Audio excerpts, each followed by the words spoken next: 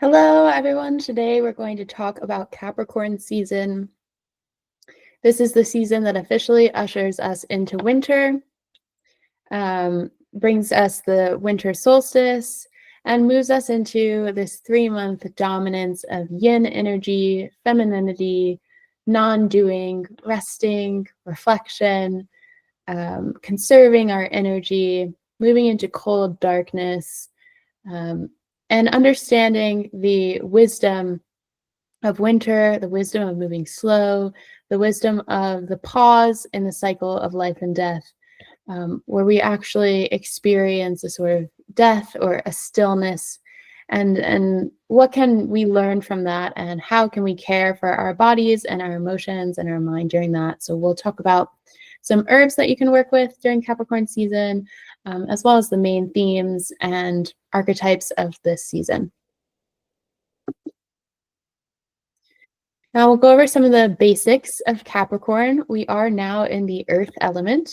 The prior season was Sagittarius, so we're moving from fire to earth, and it is starting a totally new season of winter, and so it is considered a cardinal sign where it ushers in this new season, new archetypes, new animal and weather patterns and behaviors. So we move from fire to earth, we move from the soul expression, outward expressive energy, to conservation and to the earth or the earth body. So we're talking about the physical body. We're talking about what we can see in this earth realm with this earth body. We're also talking about our relationship to earth and our responsibility to the earth during this time. Capricorn is this cardinal earth sign. It represents structure, discipline, and the ambition to manifest long-term goals in a tangible, earthly form with earthly materials and resources. So you'll often hear Capricorn painted in this very capitalistic lens or costume. And while that's, one way to look at how Capricorn can manifest or its archetypes can manifest in the modern world, traditionally this wasn't about money. It's not about work. It's about the legacy that you live through the life's work that you're doing, and specifically ushering you into this period of rest and reflection that shows you the necessity of rest, reflection, and conservation in order to manifest these long-term goals, and make it through this sort of representation of the death, right? Make it through this very dark tunnel of winter. Traditionally, if you think about it, you would state your age by how many winters you've endured. This is really this very long 3-season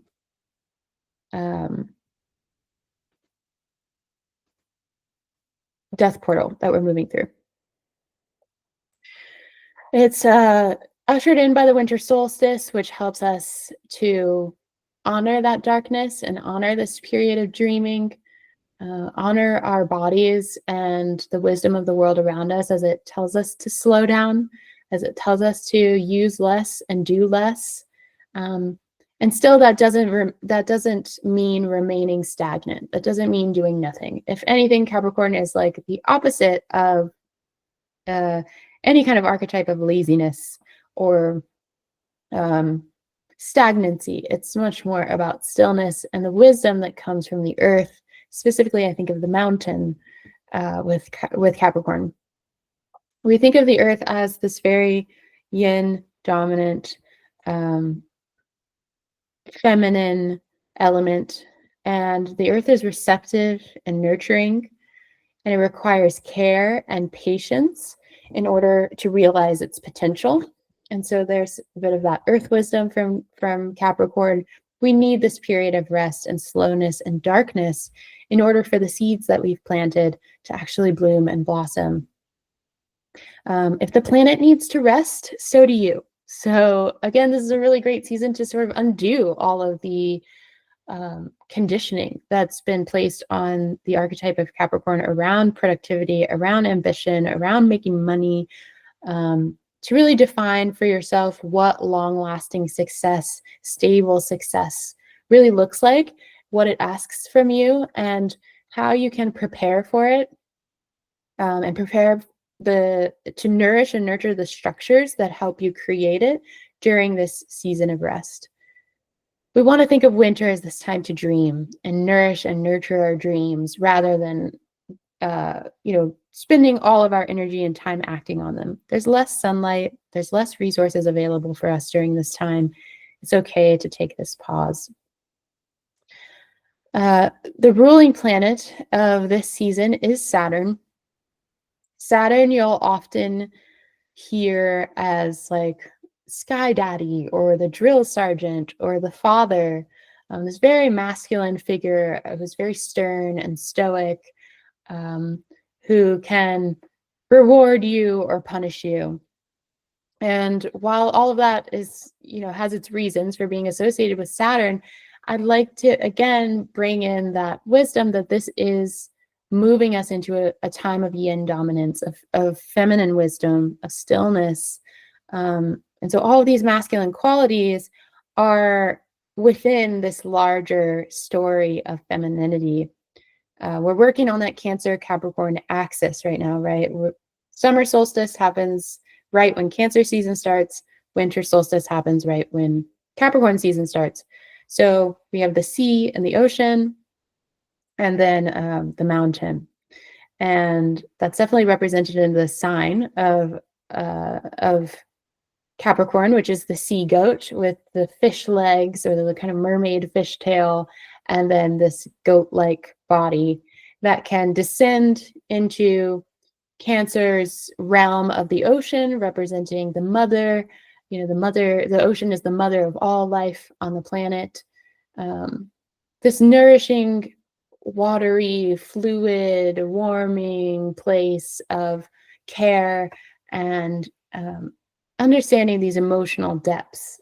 And then on the other side of it, Capricorn can also reach these heights, these great heights, because of this goat-like body that allows for this flexibility. I think there's a beautiful story here between earth and water, how the earth may appear stoic and immobile, stagnant, the same as the mountain, but it's not. It's fluid. It's being shaped by the elements. It's being shaped over long periods of time. It's resisting and persisting through all of that. And in order to reach the great height of the mountain, we also have to understand the depths of our emotional body. We have to understand where we came from, our ancestral lineage.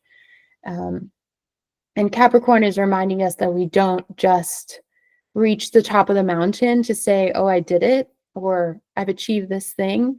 It's about getting a bigger, wider perspective, again, of how the landscape can be shaped, how the legacy can be shaped over time. And so Saturn comes into this story as this stern, dry, cold element that is associated with discipline and responsibility and boundaries. Cancer and Capricorn both talk about boundaries quite a bit, about time, the mother and the father, right? The ocean and the mountain, and the mastery of life lessons through perseverance, which I really think of with the lesson of the mountain. But I just think it's interesting that this very fatherly figure ushers in a very feminine season. And I think there's a beautiful balance that's there. But there's also this story about water and about boundaries and time there, which we'll get into as we talk more about Saturn. So we have the sea goat navigating material and emotional realms in water and earth, the emotions, and then the earth holding and creating boundaries for those emotions, for the water in you. You're mostly water, but now we're talking about the structures of your earth body that hold and manage your emotional realm, your watery realm. And we want to climb these mountains of ambitions to get this better perspective, but also remain connected to that deep ocean, to that motherly, deep inner wisdom. The glyph for Capricorn is a V with a coiled tail.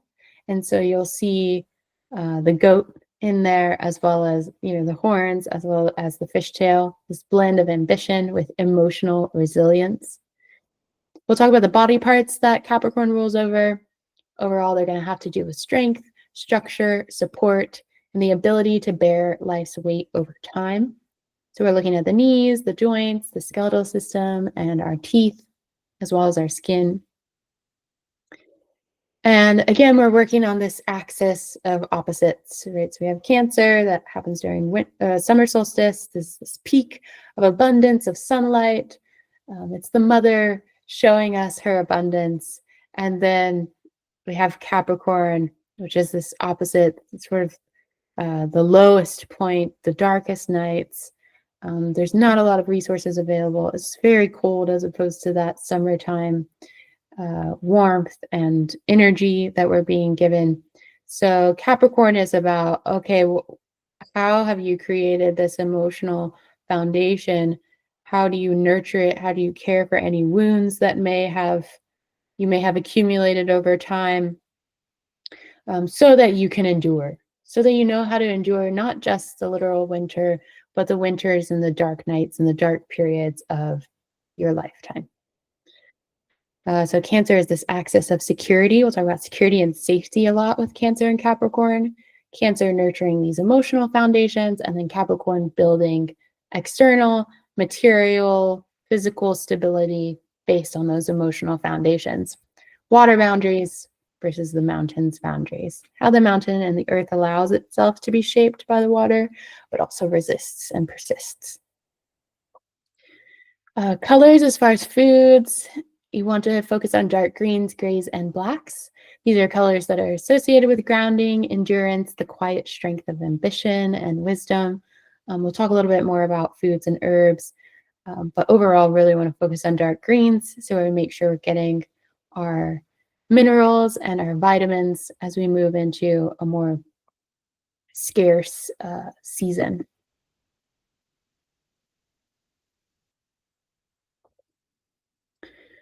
So Saturn is the last visible planet. And I think that makes a lot of difference when we're talking about traditional rulerships and traditional astrology. Modern astrology incorporates the other outer planets that are not visible with the naked eye. You need a telescope to see them. But up until the very recent discovery of those outer planets like Neptune, Uranus, Pluto, other dwarf planets, Saturn was the last planet, the last light that you could see before it was just total darkness.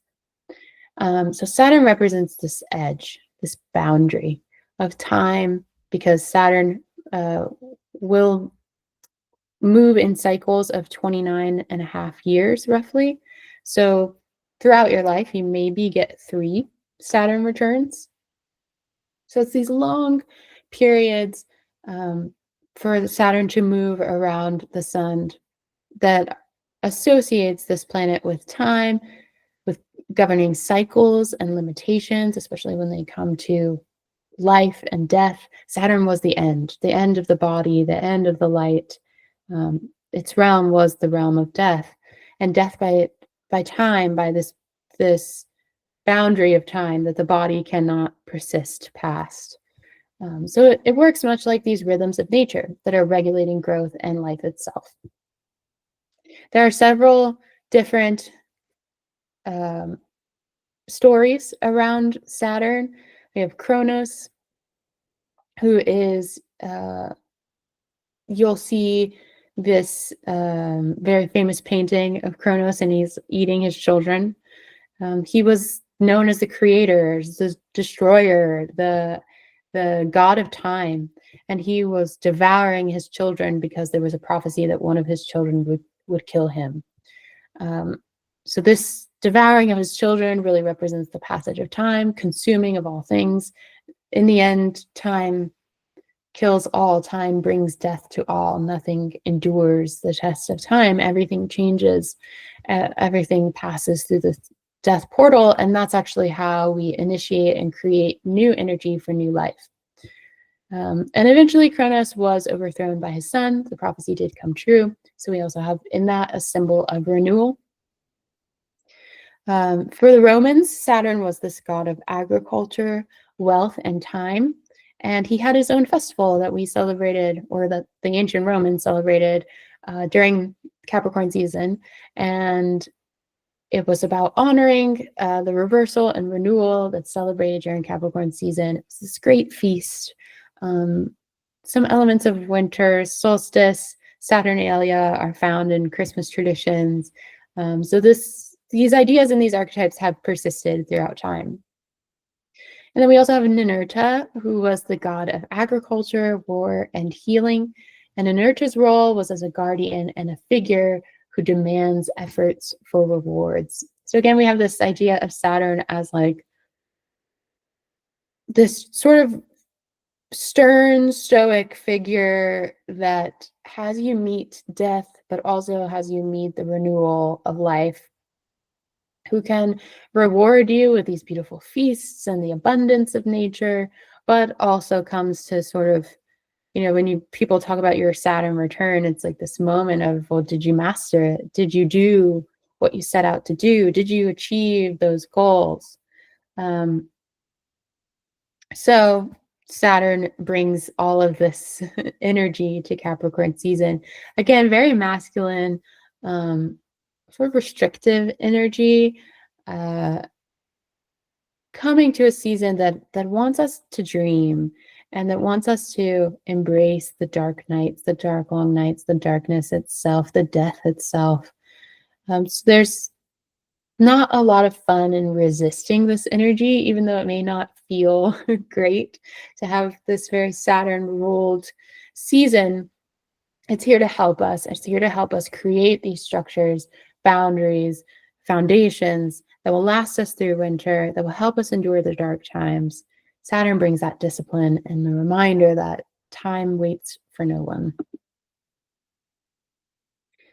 So Capricorn season is helping us to tap into the kind of ambition that isn't rushed. Again, we think about those long cycles of Saturn, but it's thoughtful. It's preparing us to plant seeds now that will bloom with the renewal of time, with the renewal of spring, the renewal of the light. So there's a couple of themes here I want to talk about. First off, there's this legacy of stewardship, right? Of our relationship to the earth, of our relationship with our ancestors, our relationship with the youth, with our own inner child. There's this legacy of care and nurturing. But again, because we're bringing this Saturn influence in, it's about the responsibility that we have, understanding that the way we walk in this world and the way we endure dark times even is a responsibility, thinking of responsibility as a sacred act, thinking of it as our way of giving back, either to the youth, again, of caring for our own inner youth, or caring for the earth as well while the earth rests. You have a lot of cardinal energy in this season, so it is about leadership. It's about taking charge. It's about doing something new. Cardinal seasons will usher in a totally new season, so it's time to forge a new path and do something different. And so while we're thinking about leadership and what we want to achieve and our ambitions, we're not rushing ourselves. We're taking the time to rest, to reflect on what's gone wrong, how we can fix it, how we can do better. The weather during this time, the coldness, the darkness can push us into solitude, can push us into hermit mode.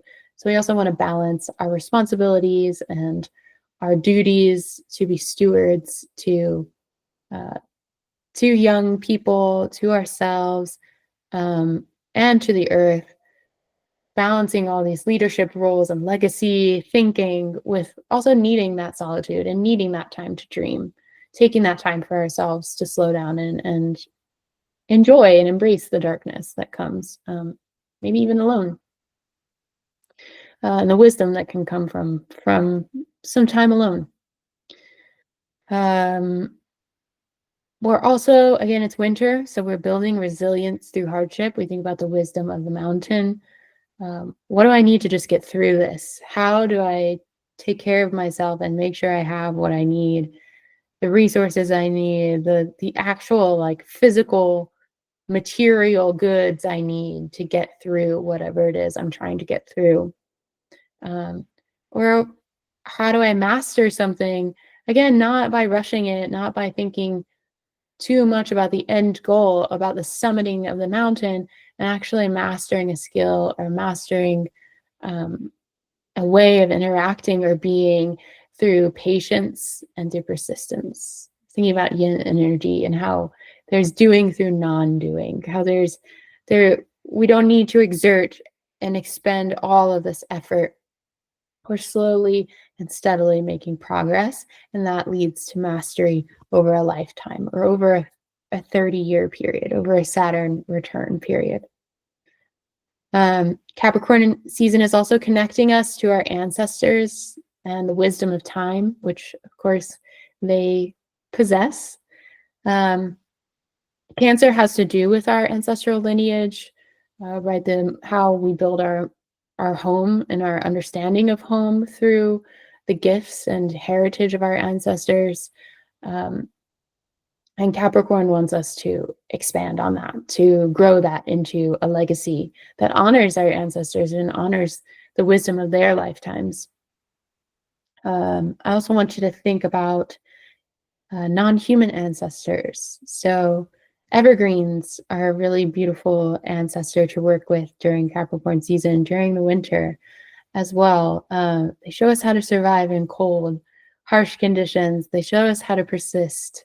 That persistence is slow, that there's periods of dormancy, that there's periods of stillness and of dreaming.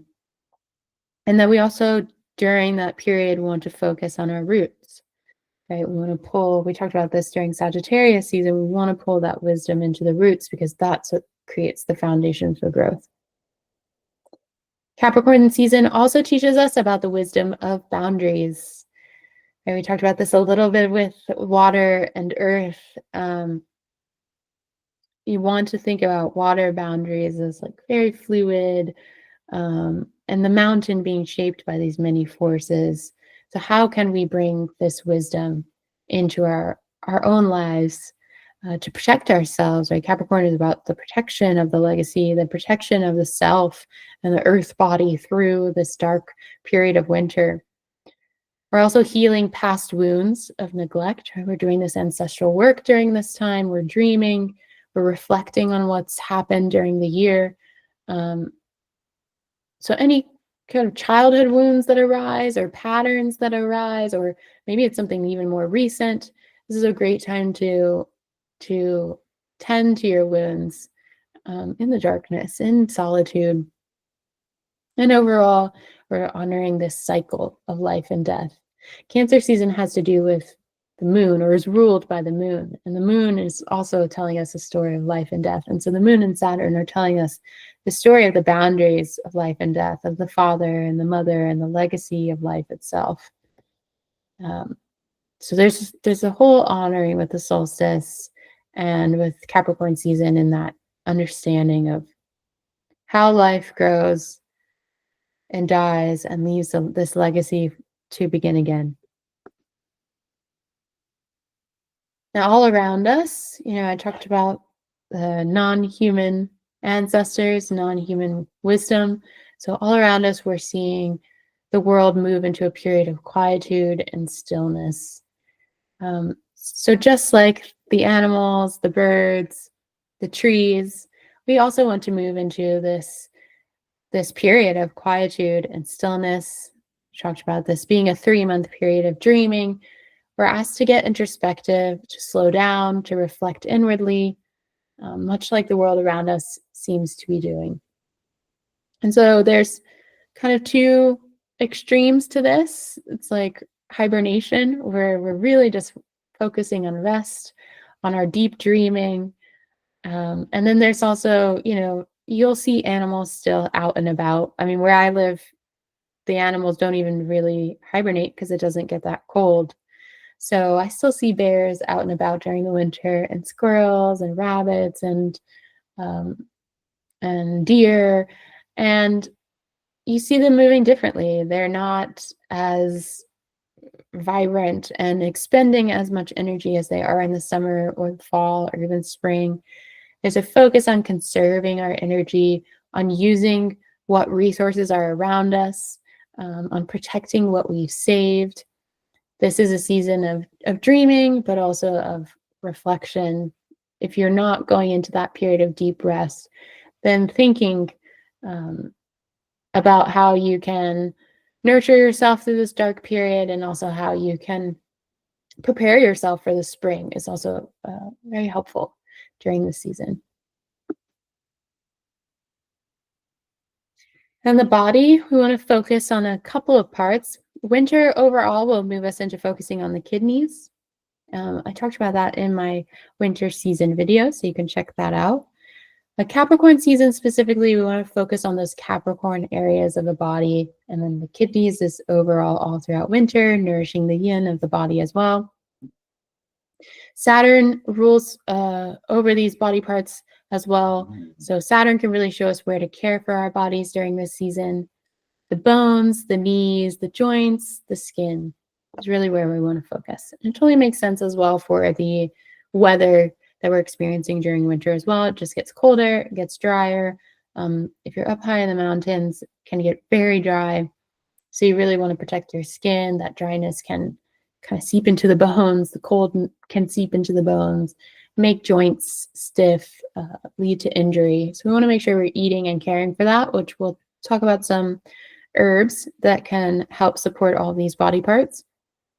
But we also want to make sure that we're getting the right nutrients and vitamins and minerals in order to support these body parts, especially because they're kind of taking the brunt of this season's themes. So we want to focus on the skeletal system, the bones and the teeth. Again, think of them as your legacy, as changing slowly over time. And so you want to care for them in a way that nourishes them over time, that conserves your energy so you're not, just thinking about how to take care of them during this season, but how do I do this over my entire lifetime? And this season, I can really focus in and hone on my efforts of how I care for my bones and my teeth and my joints. Think of the skeletal system as a structural framework and protection for the entire body. Again, I think about earth and water. Water is all this emotional wisdom and resilience, and the bones of the body are holding it all together, creating this framework.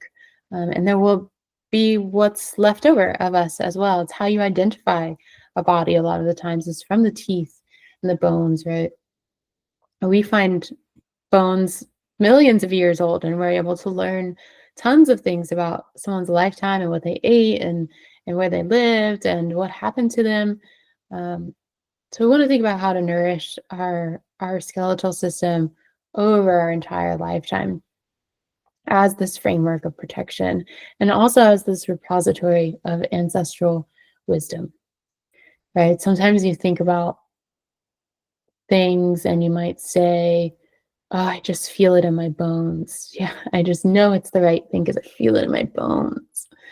That's that ancestral wisdom. That's that connection to our legacy. We also want to care for knees and joints. Oftentimes that means eating collagen-rich foods that can support the knees and joints. So there's obviously eating the joints of other animals can be helpful. Bone broths with collagen. Or if you're not eating animals, then you can also have marine collagen. But our knees and joints help support our weight and allow us to climb, allow us to grow and to reach those great ambitious heights.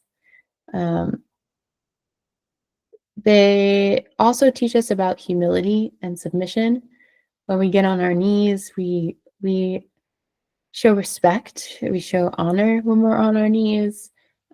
We also submit power to someone. And then there's the skin. Skin is really taking the brunt of these cold winds, dry air. This is our barrier right? When we think about boundaries with Capricorn, our barrier to the outside world, this huge organ that's covering our entire body, representing boundaries and protection. So we want to make sure we're nourishing this. All of these parts of the body as well show us when and how we've aged. Having problems with our joints, we think of as an old person disease. Oh, yeah, arthritis. Having a knee replacement, we think of happening when we get older. The skin sagging and showing wrinkles. These are all measuring the passage of time.